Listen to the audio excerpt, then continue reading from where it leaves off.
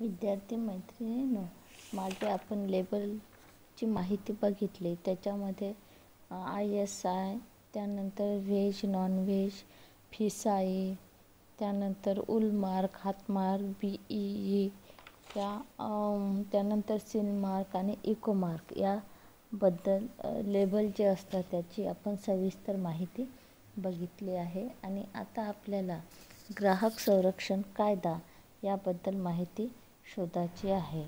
सर्वसाधारणपणे ग्राहक हा खरेदी करत असतो, पण बरेचदा या ग्राहकाची फसवणूक जी आहे ही झालेली आपल्याला दिसून येते. सामान्य ग्राहकाला जास्त माहिती नसते किंवा त्याला योग्य माहितीही दिल्या जात नाही. त्याच्यामुळे फसवणाऱ्या विक्रेत्यापासून ग्राहकाला संरक्षणाची गरज असणे अत्यंत आवश्यक आहे. दुसरी गोष्ट म्हणजे जो ग्राहक असतो तो फसवणूक झालेला असतो आणि त्याच्यामुळे न्यायालयात जाण्याची त्याची फारशी तयारी नसते. तर याच्यासाठी ग्राहकाच्या ज्या तक्रारी आहेत त्या तक्रारी करत असताना कमीत कमी खर्च करणे आणि न्याय मिळणे अतिशय आवश्यक असते.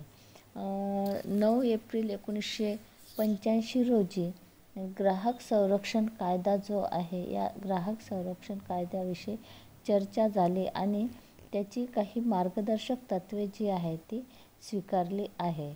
आता ही जी मार्गदर्शक तत्त्वे आहेत त्याच्यानुसार सर्व देशांनी कायदेविषयक योग्य उपाययोजना करणे आवश्यक आहे असं लक्षात आले आणि ही गोष्ट लक्षात घेऊन ग्राहक संरक्षण कायदा 1986 भारतामध्ये लागू करण्यात आला. आता हा जो कायदा आहे या कायद्यामध्ये विशेषतः ग्राहकाच्या हिताचे रक्षण करण्याच्या हेतूने हा जो कायदा आहे हा करण्यात आलेला आहे. त्याच्यानंतर याच्यामध्ये कमी औपचारिकता, कमी कागदपत्रात त्वरित आणि कमी खर्चात न्याय प्रदान करणे हा या कायद्याचा उद्देश आहे. ग्राहक संरक्षण कायदा हा 1/7/1987 पासून अंमलात आणला गेला. आता ग्राहक संरक्षण कायदा जो ग्राहकासाठी करण्यात आलेला आहे हा ग्राहक संरक्षण कायदा 1987 पासून अंमलात आणला आणि हा जेव्हा कायदा जेव्हा तयार करण्याचं ठरलं तेव्हा त्याचे काही उद्दिष्ट जे आहे, मेन उद्दिष्ट जे आहे ती म्हणजे की ग्राहकाच्या जे हित आहे त्या हिताला अधिक संरक्षण प्रदान करणे हे पहिलं उद्दिष्ट जे आहे हे ग्राहक संरक्षण कायद्याचं ठरलं. दुसरं उद्दिष्ट म्हणजे ग्राहकाचे विवाद व इतर बाबीचे निराकरण करण्यासाठी ग्राहक परिषद व इतर अधिकारी उपलब्ध करून देणे. त्यानंतर ग्राहकाच्या अधिकाराचे सुद्धा या ग्राहक संरक्षण कायद्यामध्ये समावेश करण्यात आलेला आहे. तर एक म्हणजे जीवन व मालमत्तेस हानिकारक असलेल्या वस्तू आणि सेवाच्या विपणनापासून संरक्षण करण्याचा अधिकार.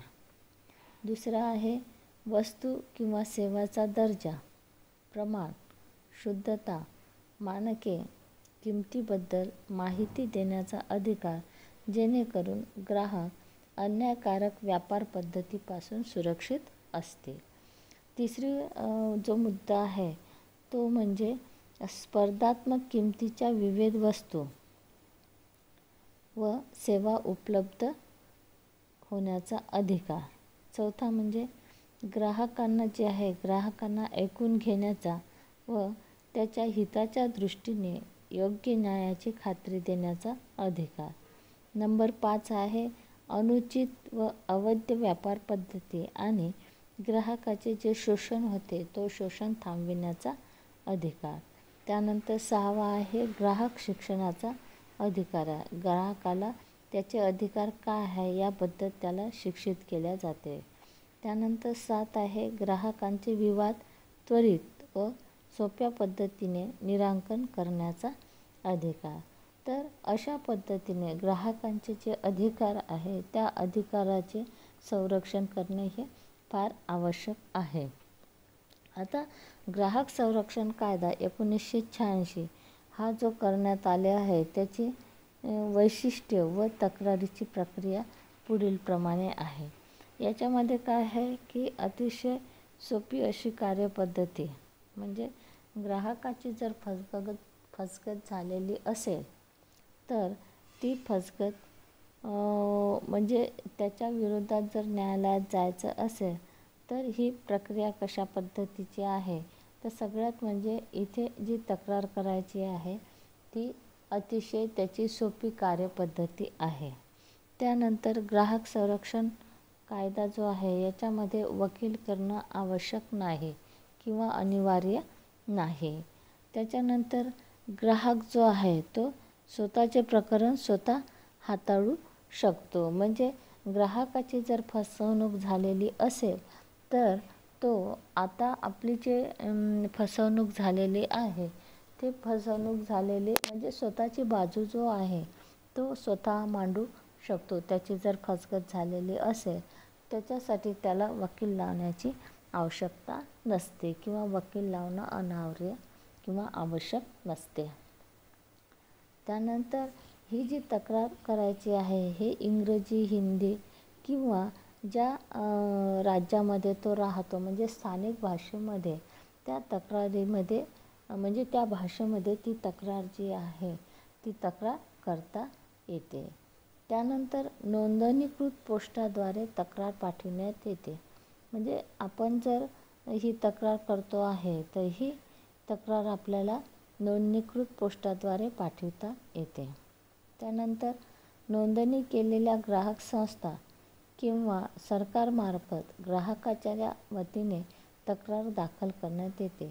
ग्राहकाने जी काही तक्रार केलेली आहे त्या तक्रारीची दखल घेण्यात येते आणि ती तक्रार दाखल करून घेते सरकार. त्यानंतर ही जी प्रोसेस आहे म्हणजे ग्राहक जो आहे जो न्यायालयात जातो आहे ही जी प्रोसेस आहे याला काही जास्त खर्च येत नाही. ही कमी खर्चिक अशा पद्धतीची प्रोसेस आहे.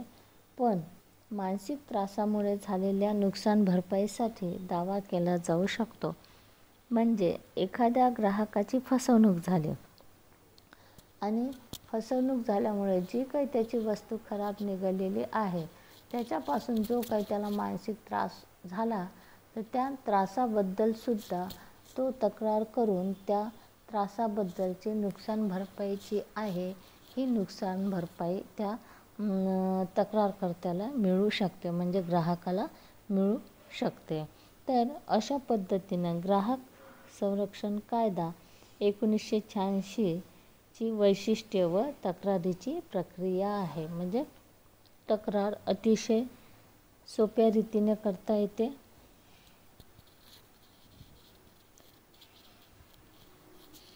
त्यानंतर वकील लावणं काही आवश्यक नाही.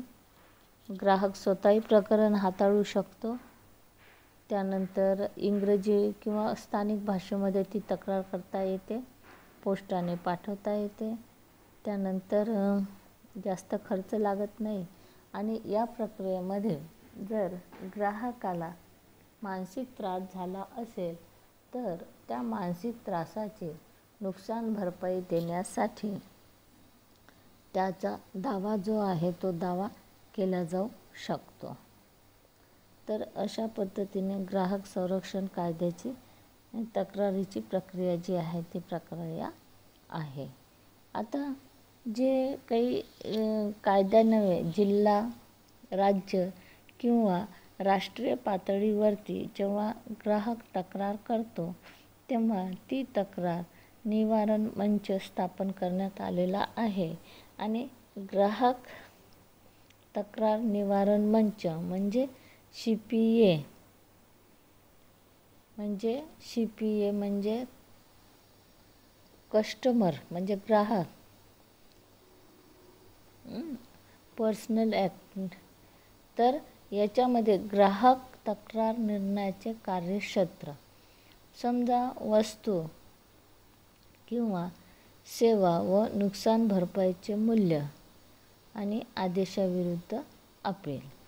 त्यानंतर जिल्हा मंचामध्ये जर तक्रार केली तर साधारणपणे 20 लाखापेक्षा कमी जे आहे तिथे तक्रार करू शकतो. त्यानंतर राज्य आयोगाकडे जर तक्रार करायची असेल तर त्याच्यामध्ये 20 लाखापेक्षा जास्त व 1 करोडपेक्षा कमी जे आहे अशा स्वरूपाचे तक्रार जे आहे म्हणजे जी रक्कम जी आहे फसवणूक जी झालेली आहे ते इथपर्यंतची ती तक्रार करू शकते राज्य आयोगाकडे. जिल्हा मंचाकडे 20 लाखापेक्षा कमी तर राज्य आयोगाकडे 20 लाखापेक्षा जास्त पण 1 करोडपेक्षा कमी. त्यानंतर राष्ट्रीय आयोगाकडे जर तक्रार करायची असेल तर 1 करोडपेक्षा जास्त आणि राज्य आयोग. तर अशा पद्धतीने आपण पाहतो की ही जी तक्रार आहे ही तक्रार ग्राहक करू शकतो आणि त्याचे रक्कम दिलेली आहे त्या रकमेच्या आतमध्ये म्हणजे 20च्या आतमध्ये असेल तर जिल्हा मंचाकडे तक्रार करू शकतो, 20 लाखापेक्षा जास्त असेल तर राज्य आयोगाकडे आणि 1 करोडपेक्षा जास्त असेल तर राष्ट्रीय आयोगाकडे ग्राहक जो आहे तो ग्राहक आपली तक्रार नोंदवू शकतो. आता याच्यामध्ये जेव्हा ग्राहक स्वतःची तक्रार करतो तेव्हा त्या तक्रारीचे निवारण करण्यासाठी मंचाची खात्री झाल्यास 1 किंवा अधिक आदेश विरोधी पक्षात जारी केले जाऊ शकतात. म्हणजेच काय की एखाद्या ग्राहकाची फसवणूक झाली आणि ती फसवणूक झालेली आहे तर अशा वेळेस विरोधी पक्षास काही आदेश जे आहेत ते आदेश देऊ शकतात.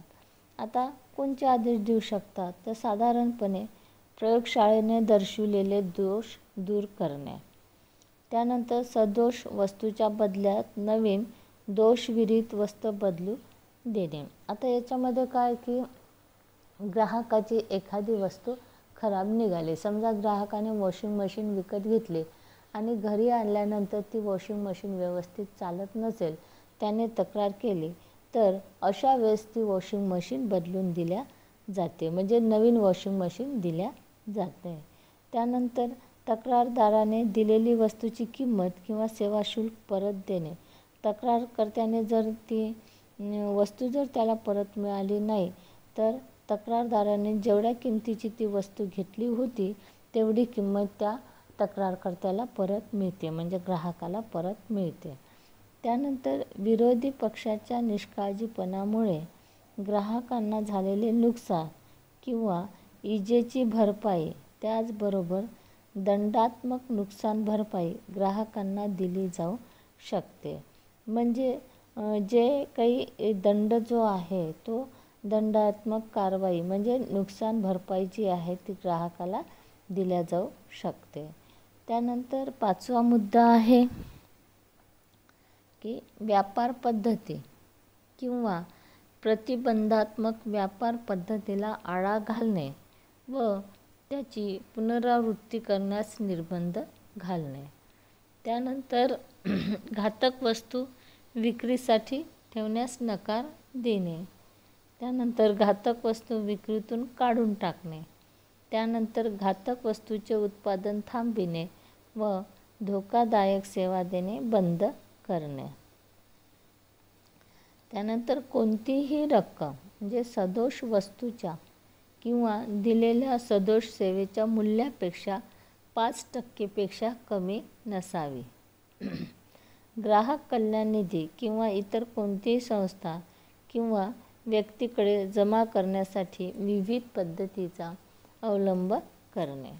त्यानंतर ज्या काही दिशाभूल करणाऱ्या जाहिराती आहे त्या जाहिराती काही जाहिराती ज्या आहे ह्या कशा अतिरंजित असतात म्हणजे खोट्या असतात, खोटी माहिती देणारे असतात. तर अशा वेळेस ह्या ज्या काही जाहिराती आहे ज्या ग्राहकाची दिशाभूल करतात किंवा ग्राहकाचे लक्ष टर्न करतात, अशा वेळेस जाहिरातीचा प्रभाव काढून टाकण्यासाठी चांगल्या सुधारित जाहिराती म्हणजे खऱ्याखुऱ्या जाहिराती ज्या आहे त्या जाहिराती देणे. त्यानंतर तक्रारदारास पुरेसा खर्च प्रदान करण्याची तरतूद करणे, म्हणजे ग्राहकाची फसवणूक झालेली आहे आणि अशा वेळेस तक्रारदाराने जी काही तक्रार केलेली आहे त्याच्याबद्दल पुरेसा खर्च जो आहे तो प्रदान करण्याची तरतूद जी आहे ती याच्यामध्ये करण्यात येते. तर अशा पद्धतीने जर ग्राहकाची फसवणूक होत असेल तर त्याच्यासाठी सरकारने ग्राहक संरक्षण कायदा केलेला आहे 1986 साली आणि तो 1987 पासून भारतामध्ये अंमलात आणलेला आहे. तर अशा पद्धतीनं समजा एखाद्या ग्राहकाची जर फसवणूक होत असेल तर त्याला ग्राहक मंचाकडे, जिल्हा मंचाकडे म्हणजे स्वतःची तक्रार नोंदवण्यात येते आणि ही तक्रार नोंदवण्यासाठी त्याला जास्त खर्च येत नाही, वकीलही लावावं लागत नाही. ही तक्रार करण्याची अतिशय सोपी कार्यपद्धती आहे. आणि दुसरी गोष्ट म्हणजे याच्यामध्ये जर ग्राहकाला मानसिक त्रास होत असेल तर तो मानसिक त्रास होऊ नये आणि झाला असेल तर त्या ग्राहकाने जर तक्रार केला की मला असा मानसिक त्रास झाला आणि त्याच्याबद्दल जर त्याने दावा ठोकला की मानसिक त्रासाबद्दल मला एवढी नुकसान भरपाई देण्यात यावी तर ती नुकसान भरपाईसुद्धा दिली जाते. तर अशा पद्धतीनं ग्राहक संरक्षण कायद्यामुळे एखाद्या ग्राहकाची झालेली फसवणूक जी आहे ती फसवणूक म्हणजे फसवणुकीला आळा घालता येते आणि समजा झालीच फसवणूक तर त्या ग्राहकाला त्या दुकानदाराविरोधात तक्रारसुद्धा करता येते आणि त्याचा निकाल हा ग्राहकाच्या बाजूने लागू शकतो. तर विद्यार्थी मैत्रिणींनो, अशा पद्धतीनं आपले हे प्रकरण जे आहे प्रकरण 6 ग्राहक जागरूकता हे जे प्रकरण आहे हे प्रकरण आपल्याला संपलेलं आहे. आणि याच्यामध्ये परीक्षेच्या दृष्टिकोनातून जर आपण विचार करतो म्हटलं तर याच्यामध्ये ग्राहकांच्या विविध समस्या कोणत्या अशा पद्धतीचा दीर्घोत्तरी प्रश्न जो आहे तो प्रश्न तुम्हाला परीक्षेमध्ये येऊ शकतो. आता याच्यामध्ये जे काही स्वाध्याय आहे हा स्वाध्याय मी तुम्हाला सॉल्व करून तुमच्याकडे PDF पाठवते. तर आपलं हे प्रकरण आता संपलेलं आहे ग्राहक जागरूकता आणि याच्यामध्ये ग्राहकांच्या समस्या आणि लेबल जे आहे या लेबलबद्दल आपण सविस्तर अशा पद्धतीची माहिती जी आहे माहिती पाहिलेली आहे. ग्राहकांच्या जबाबदाऱ्या कोणत्या आहेत, ग्राहकांचे हक्क, त्यानंतर ग्राहकांच्या समस्या, ग्राहकांच्या खरेदीसाठी मार्गदर्शक तत्त्वे, लेबल म्हणजे काय, लेबलची कार्य कोणती आहे आणि ग्राहक संरक्षण कायदा 1986. त्यानंतर ग्राहकाची जर फसवणूक झाली असेल तर ती फसवणूक झाल्यानंतर त्याने तक्रार कुठे करायची, कशी करायची याबद्दल आपण सविस्तर अशा पद्धतीची माहिती जी आहे हे या प्रकरणामध्ये बघितलेली आहे. परीक्षेच्या दृष्टिकोनातून अतिशय महत्त्वाचं असं हे प्रकरण आहे आणि याच्यावरती प्रश्न चौथा जो असतो म्हणजे 18 मार्काचा 6 3 प्रश्न सोडवायचे असतात 6 मार्काचे. तर त्याच्यामध्ये येणारा दीर्घोत्तरी प्रश्न जो आहे हा या प्रकरणावरती राहू शकतो आणि तो प्रश्न म्हणजे असा की ग्राहकांच्या समस्या यावरती लिहा, त्यानंतर ग्राहकांच्या जबाबदारी व हक्क, त्यानंतर खरेदीची मार्गदर्शक तत्त्वे, लेबलची कार्य आणि ग्राहक संरक्षण कायदा 1986. तर आता ऑब्जेक्टिव्ह जे आहे वस्तुनिष्ठ प्रश्न जे आहेत ते वस्तुनिष्ठ प्रश्नाची PDF मी तुम्हाला पाठवते. पण बाकी जे प्रश्न आहेत दीर्घोत्तरी किंवा शॉर्ट प्रश्न आहे, व्याख्या लिहा आहे, टिपा लिहा आहे, तर हे सगळं जे आहे हे तुम्हाला स्वतः तुमच्या वहीमध्ये करायचं आहे. हा स्वाध्याय लिहून तुम्ही माझ्याकडे पाठवू शकता. त्याच्यामध्ये काही चुका असेल तर मी त्याच्यावरती तुम्हाला मार्गदर्शन निश्चितच करेल. पण तुम्ही स्वाध्याय सोडवणं फार आवश्यक आहे. धन्यवाद.